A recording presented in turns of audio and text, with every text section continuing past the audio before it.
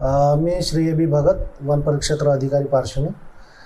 सदर प्रकरणाची हकीकत अशी आहे की दिनांक 28/9/2024 रोजी मला एक माहिती मिळाली की मौजा चिचोली येथे वनक्षेत्रात अवैध उत्खनन सुरू आहे।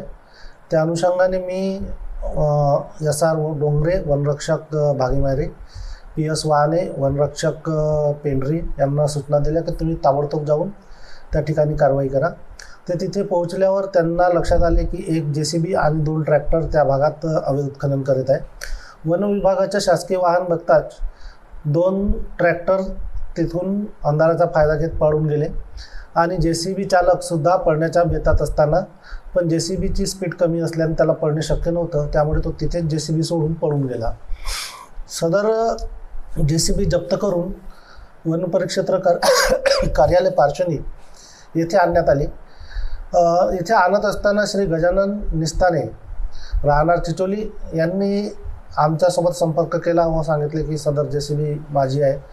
त्यामुळे आम्ही वनगुन्हा नोंद करून त्याला आरोपी बनवलेला आहे। पुढील चौकशीकरता संध्याकाळ झाल्यामुळे आम्ही दुसऱ्या दिवशी पुढील कारवाई करण्याकरता गेलो असता दुसऱ्या दिवशी रविवार असल्याने व आमच्याकडे वन सर्वेयर उपलब्ध नसल्याने दुसऱ्या दिवशी कार्यवाही करणे शक्य झाले नाही। सोमवारला वन सर्वेयर बोलवून आम्ही त्या सदर क्षेत्राचे सीमांकन केले, तेव्हा असे लक्षात आले की सदरचे क्षेत्र हे मौजा वाघोली तालुका सावनेर या क्षेत्रात येत असून 7/12 सदर क्षेत्र हे महसूल विभागाचे असल्याचे लक्षात आले। त्याकरता पुढील कारवाई करता सदर प्रकरण आम्ही वन परिक्षेत्र अधिकारी खापा यांच्याकडे हस्तांतरित करीत आहोत।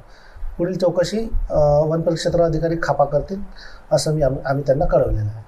नाही, या प्रकरणात आम्ही फक्त पोलीस स्टेशनला एक JCB जप्त केले याची माहिती दिलेली आहे आणि प्रथम श्रेणी न्यायालय पार्श्वनी यांना सुद्धा आम्ही एक JCB जप्त केले असल्याची प्राथमिक माहिती दिलेली आहे। सदर चौकशी अजून केली नाही मी आणि समोरची चौकशी वन परिक्षेत्र अधिकारी खापा किंवा महसूल विभाग सावनेर करतील, तेच तुम्हाला यापुढे समोरची माहिती देतील।